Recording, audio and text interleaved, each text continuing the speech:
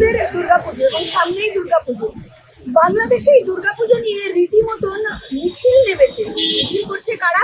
শুধু মিছিল নয়, রীতিমতন থ্রেট করা হচ্ছে, রীতিমতন ভয় দেখানো হচ্ছে দুর্গাপুজো বন্ধ করে দেবে। বাংলাদেশের ওই ভয়াবহ চিত্র এখন গোটা দেশ দেখছে। আমরা কথা বলবো, আমাদের সঙ্গে আজকে আছেন বিশ্ব হিন্দু পরিষদের দুর্গা বাহিনীর দায়িত্বে পারমিতা। নমস্কার তোমাকে, বেঙ্গল নিউজ দেখে।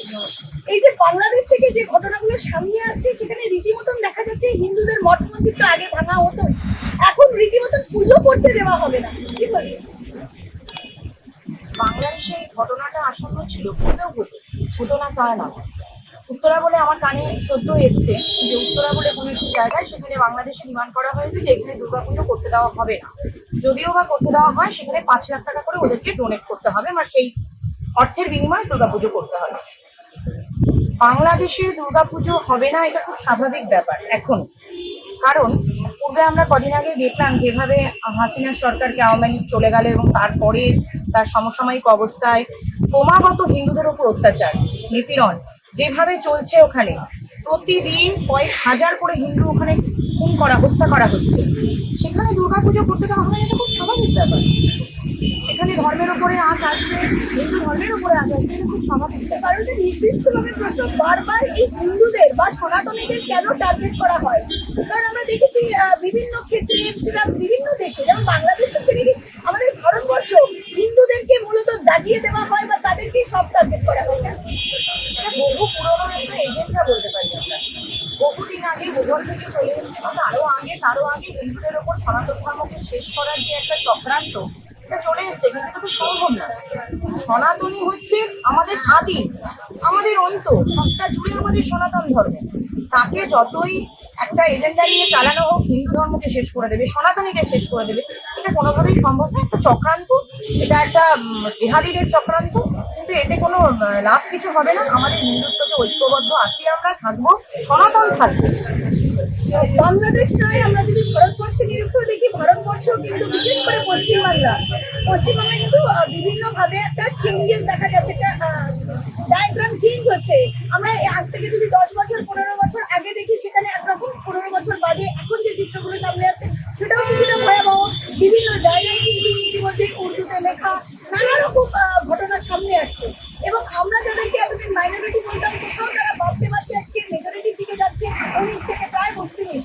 কোথাও কি আর হিন্দুরা সংঘবদ্ধ হতে সত্যি কি পারছে না? কোথায় পিছন দিকে চলে যাচ্ছে সনাতনীরা? কিছু চক্রান্তের জেরে সেটাকে কনভার্সন হচ্ছে, কিছু চক্রান্তের সাথে অপপ্রয়োগ হচ্ছে, আমাদের হিন্দুদেরকে মানে তার মধ্যে জড়িত করে নিয়ে কিছু চক্রান্ত চলতে পারে। কিন্তু সনাতন ধর্মের শেষ নেই কোনো। আর 15 বছর আগেও আমাদের এখানে এই অবস্থা ছিল পশ্চিমবঙ্গে। এমন নয় যে হঠাৎ করে 15 বছর এটা তৈরি হয়ে গেছে, তা নয়। 15 বছর আগেও এরকমই চক্রান্ত হতো। হয়তো কিছুটা আমাদের, যেটাকে আমরা এখন বলি ইংরেজিতে সোশ্যাল মিডিয়া, তার ছিল না সেই পরিমাণে, তাই আমাদের সামনে আসেনি। কিন্তু গ্রামগঞ্জ থেকে শহর পর্যন্ত এইভাবেই মানুষ অত্যাচারিত হতো 15 বছর আগেও। এখন সোশ্যাল মিডিয়ার দরুন, আপনাদের দরুন, বা যে নানান রকম মিডিয়ার দরুন এটা সামনে চলে এসছে। মানুষ দেখতে পাচ্ছে, ঘরে ঘরে যাচ্ছে, প্রচার হচ্ছে যে এই অত্যাচারটা হিন্দুদের উপরে হচ্ছে। এই চক্রান্তের জবাব তো আমরা, দেখুন, আমরা সনাতনী, আমাদের কাছে কোনো ধর্মই খারাপ নয়, কিন্তু আমাদের আঘাত করা। সনাতনীরা কি খুব সহিষ্ণু, খুব শান্ত, তাই জন্য কি বারবার আঘাতটা করা হয়? সহিষ্ণু তো অবশ্যই, আমরা সহিষ্ণু তো, এটা সনাতনী, যাদের সনাতন ধর্মে যারা জন্ম নিয়েছে তারা অবশ্যই সহিষ্ণু। কিন্তু এখন সমাজের কাছে বলা শুধু সহিষ্ণু হলেই হবে না, মা দুর্গাও হতে হবে, মা দুর্গাও হতে হবে, মা কালীও হতে হবে, সংহার করতে হবে। সংহার না করলে, অসুর সংহার না করলে কখনোই আমরা সমাজটাকে টিকিয়ে রাখতে পারবো না। সেটা হচ্ছে যে বাংলাদেশে যেভাবে অত্যাচারিত হচ্ছে, হিন্দুরা ঘর বাড়ি জ্বালানো হচ্ছে, ভাঙা হচ্ছে, মেরে দেওয়া হচ্ছে, কেটে দেওয়া হচ্ছে, কিভাবে আমরা পশ্চিমবাংলার মানুষ বা ভারতবর্ষ সেই সব হিন্দু বাঙালিদের পাশে কিভাবে দাঁড়ানো যায়? মানে এটা একটা বৃহত্তর আন্দোলনে কি পরিণত করা যায় মানে আগামী দিনে? কিভাবে আমাদের প্রত্যেকটা হিন্দুকে না লড়তে নিজেকেই হচ্ছে। শুধু বাংলাদেশে আমি কেন যাব? আমার ঘর জ্বলছে তো। আমার বাংলাদেশ তো অবশ্যই উন্নত, ওখানে মানুষ বাঁচছে না, বাঁচতে পারছে না, ওরা এখন লড়ছে। ওখানকার হিন্দুরা এগিয়ে আসছে, মাঠে নেমে গেছে, লড়াই করছে। কারণ আমাদের প্রত্যেকের লড়াইটা প্রত্যেককে করতে হবে। আমরা আছি না ওই হিন্দুদের পাশে, আমরা ভাই সহযোদ্ধা হিসেবে আছি। কিন্তু আমি বাংলাদেশ পর্যন্ত লড়বো কি আমার পশ্চিমবঙ্গ ওই অবস্থায় চলে এসছে। আমার এখানে হিন্দুরা কতটা সেফ, আমি কতটা সেফ, আপনি কতটা সেফ, এটা তো দেখতে হবে। সেটা তো আমরা বুঝতেই পারছি। আরজিকরের ঘটনাতে আরজিকরের ঘটনা শুধু একক ঘটনা নয়, কামদুনি হয়েছে, হাঁসখালি হয়েছে। আরজিকর ঘটনার পর আজকের দিন পর্যন্ত 20 থেকে 24টা কেস এরকম হয়েছে। আরজিকর ঘটনার মোমবাতি নিয়ে যে মাটা 55 বছরের জয়নগর বকুলতলা থানার একজন আমাদের 55 বছর বয়সী মহিলা, সে তো কোনো নিজের কর্মস্থল না, মোমবাতি নিয়ে যখন প্রতিবাদ করতে বেরিয়েছে তখন এক জিহাদির দ্বারা আক্রান্ত হয়ে তার শ্লীলতাহানি হয়েছে। কিছু জিনিস আমরা আনতে দিচ্ছি না, সমাজকে দেখাতে দিচ্ছি না, কিন্তু এটা বেশি দিন চলবে না। কারণ সমাজের কাছে আমাদের জবাবদিহি করতেই হবে। একটা সময় এখন মানুষের দিক থেকে গেছে, মানুষ বুঝতে পারছে, কিন্তু জবাবদিহি আমাদেরকে করতেই হবে।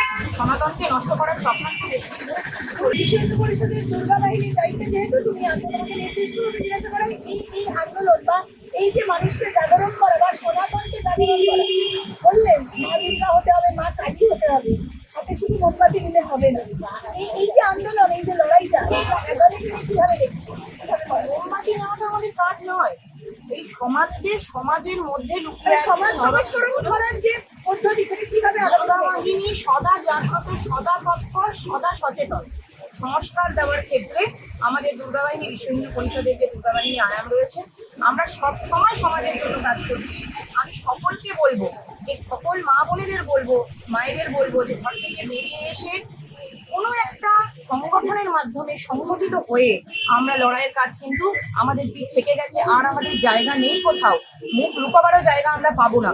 সেই জন্য বাইরে বেরিয়ে এসো, নিজেদেরকে সংস্কারিত করো, লড়ার পন্থা খুঁজে বেড়াও। কোথাও কি তাহলে বলছো বিষয়টা এমন জায়গায় যাচ্ছে, এর পরবর্তীকালে আমরা যদি সচেতন না হই, হিন্দুরা সচেতন না হয়, তাহলে হয়তো দেশ ছাড়ার উপক্রম হবে, তখন পালানোর জায়গা নেই। কামদুনি কি সেই পথ দেখায় না? আরজিকর কি সেই পথ দেখায় না? আজকে আরজিকর ঘটনা 1.5 মাস অতিক্রম করে গেছে সম্ভবত, আমি যদি ভুল না হই 9 তারিখে হয়েছিল গত মাসে। তো 1.5 মাস অতিক্রম করে যাওয়ার পরে আজকে আমার বিচার অধরা।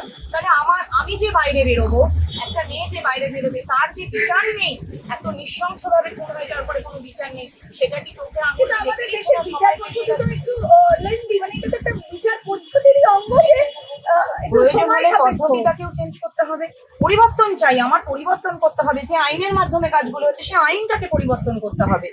সেটা যদি না হয় তাহলে সমাজ কুঁকড়ে পড়েছে। সেই সমাজকে দায়িত্ব যারা আছে, সমাজ ধারক বাহক, তাদেরকেই ভাবতে হবে না? কিন্তু আমার দুর্গা বাহিনী, আমাদের দুর্গা বাহিনী সকল দুর্গার জন্য সব সময় আছে যে তোমরা আসো, সংস্কারিত হও, অস্ত্রের মাধ্যমে, শস্ত্রের মাধ্যমে নিজেদেরকে সুসজ্জিত করো, লড়াই করো নিজেদের অস্মিতা রক্ষার জন্য। সামনে দুর্গা পুজো, দুর্গার মতো হতে হবে, কালীর মতো হতে হবে, দুর্গা বাহিনী বলছে। মুখ্যমন্ত্রী বলছেন উৎসবে ফিরবে, তাহলে কি উৎসবটাই হবে নাকি দুর্গার রূপটা ধারণ করা হবে এই পুজোর মধ্যে? দুর্গা, মা দুর্গা যাদের আমরা পুজো করি, কেন হয়েছিল? সেই মা দুর্গা কিসের জন্য 10 হাতে অস্ত্র নিয়ে নিয়েছিল? সেই মা দুর্গা তো অসুর সংহারে, যে মহিষাসুর মর্দিনী মা দুর্গা। তো আজকে তো এক দুর্গা নিপীড়িতা, তার বিচার নেই। আমরা অবশ্যই উৎসবেই আছি, একটু উৎসব মধ্য দিয়ে হচ্ছে।